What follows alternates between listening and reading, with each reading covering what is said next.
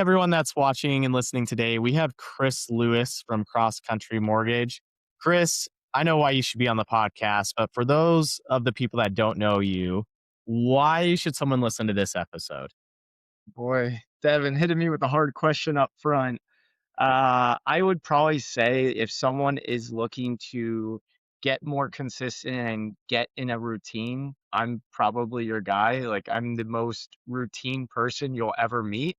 And I think that's what helps me in the mortgage business the most. Okay, that's awesome because let's make that kind of one of the first questions that we ask you.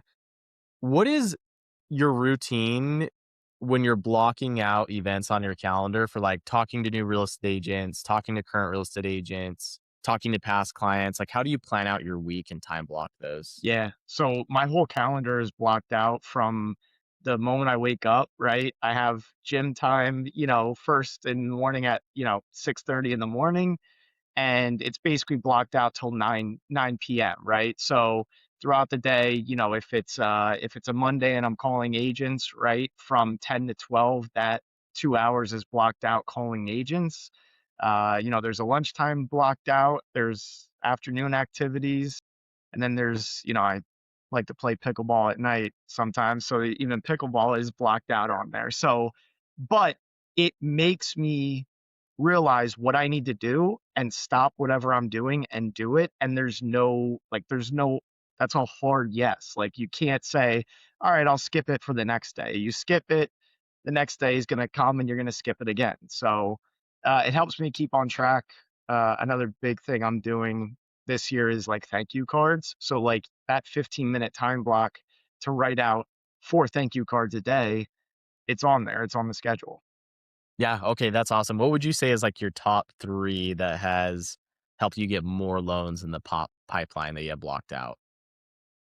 I would probably say the thank you cards so far. Obviously, Mondays calling the agents, right? And then Tuesdays, I call everyone that's under contract. That's listing agent, that's buyer agent, title company, and then obviously the buyer. So that has also moved the needle the most, just reaching out to that listing agent, and the listing agent's like, wow, you're really updating me every single week. So something like that has gotten me a lot of traction.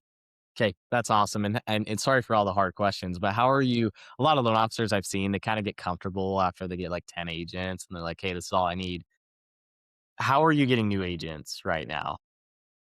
Probably just being consistent, right? Like the consistent touch points, the text, the video text, right? The video market updates that I send out weekly. Um, Obviously, still, we're in a day and age of the computer and AI, but like in person beats everything. So that's, coffees, just popping by the office, dropping off a little something like a little pop by. Still going to open houses on the weekends and just stopping by and showing my face that way.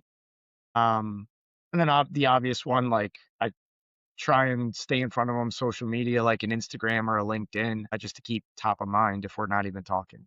So Okay, that's awesome. And even dived a little bit more into that. So you talked about like video texts, in-person events, open houses.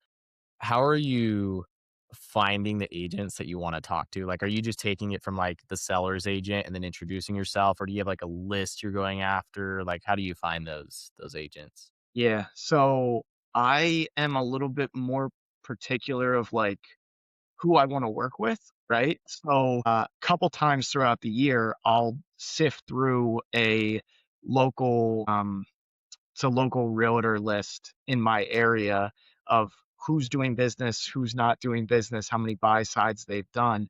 And I'll kind of scrub my top 40 realtor list a couple times a year for, call it those 25 or so agents that I want to kind of add on to that list and start targeting.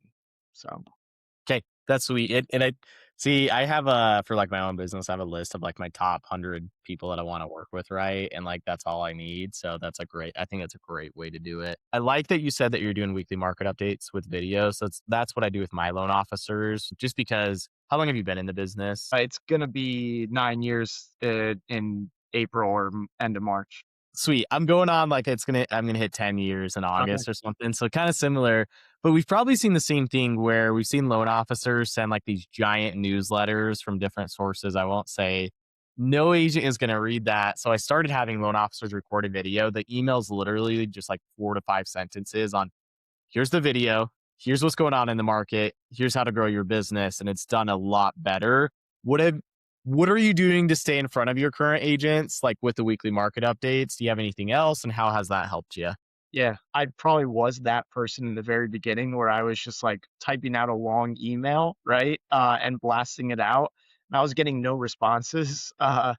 And I switched to a quick video, right? And honestly, the video, it could be something personal that's going on in my life that's not even work related, right? Just to kind of keep my face in front of them. It's also a quick video of, what happened with maybe even rates this week. I try to stay off the whole rate Yeah, topic too much, or a new loan program that we're rolling out. I do a lot of like non QM market updates just because, I just sweet. feel like I've taken on a lot of non-QM business and we're getting those deals done. So like I'm telling stories of these crazy situations that we got exceptions on that closed the loan, and I'm like storytelling in that, status update. So it's working. Okay, that's awesome. And yeah, so you have the rate. You're doing all these things with the to stay in front of them. Okay, that's awesome. What about past clients? You know how like you'll get a client that funds a loan, and then I see a lot of LOs just like never talk to them again unless if they do like an email blast. Do you have like a schedule or like 3 month check in, 6 month check in? Like how do you stay in front of those clients without it being weird? If you know what I Yeah. mean?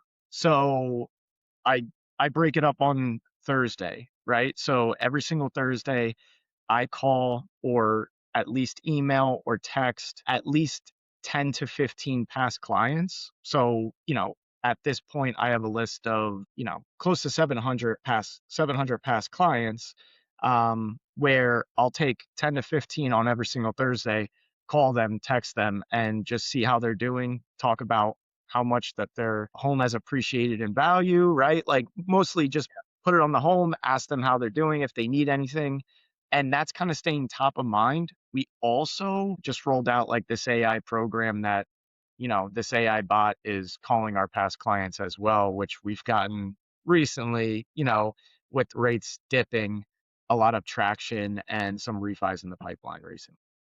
Okay, cool. That's sweet. Yeah, and I've seen like I love AI. I'm always trying to implement AI for my loan officers. AI can do a lot of cool things, but I think a lot of people forget that like people want that personal touch, right? What's your opinion on AI versus like personal phone calls, text messages, emails, if you have one? I'm gonna say this, I just read something on LinkedIn when I woke up this morning that I thought was pretty cool. So I'm gonna like recreate what this person said.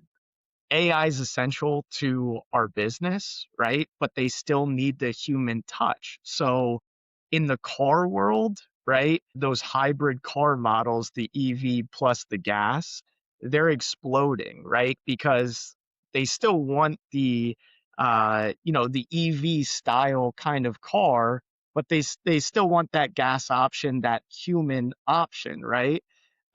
Where we thought just EV vehicles were going to explode and they're kind of sitting. So it's kind of the same in the mortgage industry, right? Like we still need that personal touch, but we need that AI as well to really help our business. But we still need to be there. Yeah, you got to implement both because like AI is just going to get smarter and smarter. But if you just rely on AI, then like there's no point in someone using a loan officer because they could just use AI. So you got to keep that personal touch, right? So that way they get that like advisement rules. So, okay. Last question. Is there a book or a podcast you'd recommend for a loan officer to read, listen to, or watch? I would say so I'm huge on podcasts. I'm huge on just like jumping on YouTube and watching podcasts. Um I would probably say like Mortgage Coach Yeah, is a sure. great one for like strategy and clarity. There's tons of coaching programs out there for like that structure and accountability, right? But like a book, honestly, any book on mindset and discipline. And if you just keep listening to that book, like, you'll develop mindset and discipline. The book that I'm listening to right now is Own the Day, Own Your Life. And that's a pretty good one. Your book's behind you, The 10X Rule. That's a great book, right? Never Split the Difference is another one. So I think you hit the nail on the head with some of those books as well. So. Sweet, sweet. Okay, that's awesome, man.